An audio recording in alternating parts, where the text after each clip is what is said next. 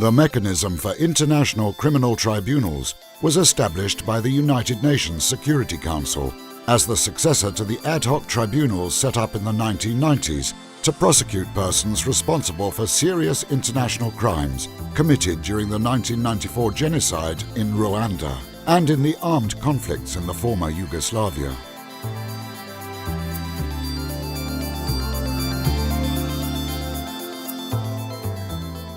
Among other things, the mechanism is responsible for tracking and bringing to trial the remaining fugitives, providing support and protection to victims and witnesses, providing assistance to national jurisdictions seeking to try cases in their own courts, supervising the enforcement of sentences of those who were convicted, and preserving the archives of these two tribunals. As a judicial institution, the mechanism is also responsible for completing a limited number of trials and appeals, and for carrying out a wide variety of other judicial work. The mechanism has two branches and operates across two continents. The mechanism began its work in Arusha, United Republic of Tanzania, on the 1st of July 2012, and on the 1st of July 2013 in The Hague, the Netherlands. The mechanism's judges hail from 24 countries around the world, and with the exception of the full-time president, they work remotely and only when called upon to do so. The mechanism's president coordinates the work of the chambers, oversees the monitoring of cases referred to national jurisdictions by the ICTR and the ICTY, and supervises the enforcement of sentences, including deciding on requests for pardon and early release. The chambers conduct trials, appeals, review, and contempt proceedings related to ICTY, ICTR, and mechanism cases. The chambers also adjudicate requests for assistance from national authorities.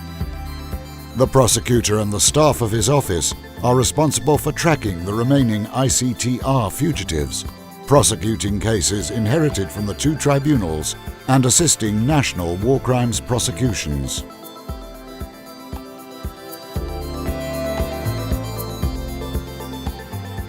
Three of the senior fugitives would be prosecuted in Arusha in the event of an arrest, while the other five have had their files referred to Rwanda and, if arrested, would be tried in Rwanda.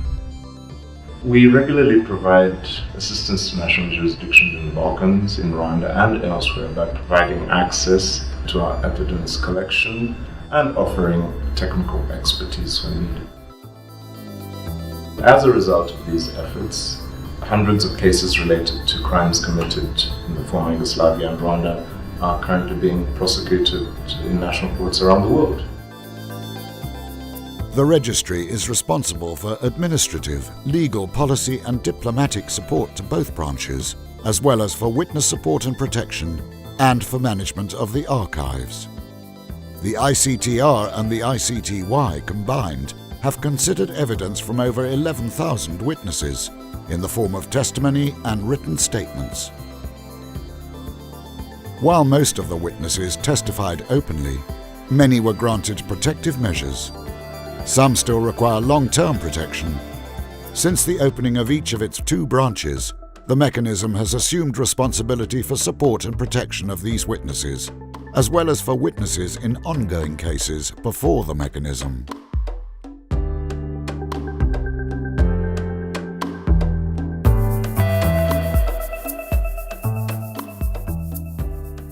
The judicial records of the ICTR and the ICTY are the largest single collections in the archives.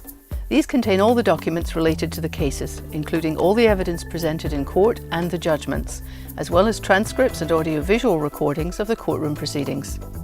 Altogether, the archives for which the mechanism will be responsible will amount to around 12,000 linear meters of physical records and about 3 petabytes of digital data. Our aim is to preserve these records so that they remain trustworthy, accessible and usable in the future. By establishing the mechanism, the Security Council reaffirmed its commitment to ensuring accountability for those responsible for serious violations of international humanitarian law. It also acknowledged the valuable contributions the ICTR and the ICTY have made to international criminal justice, and to strengthening respect for the rule of law. Today, the mechanism is building on the remarkable work of the ICTR and the ICTY, and making its own contributions towards a stronger international justice system.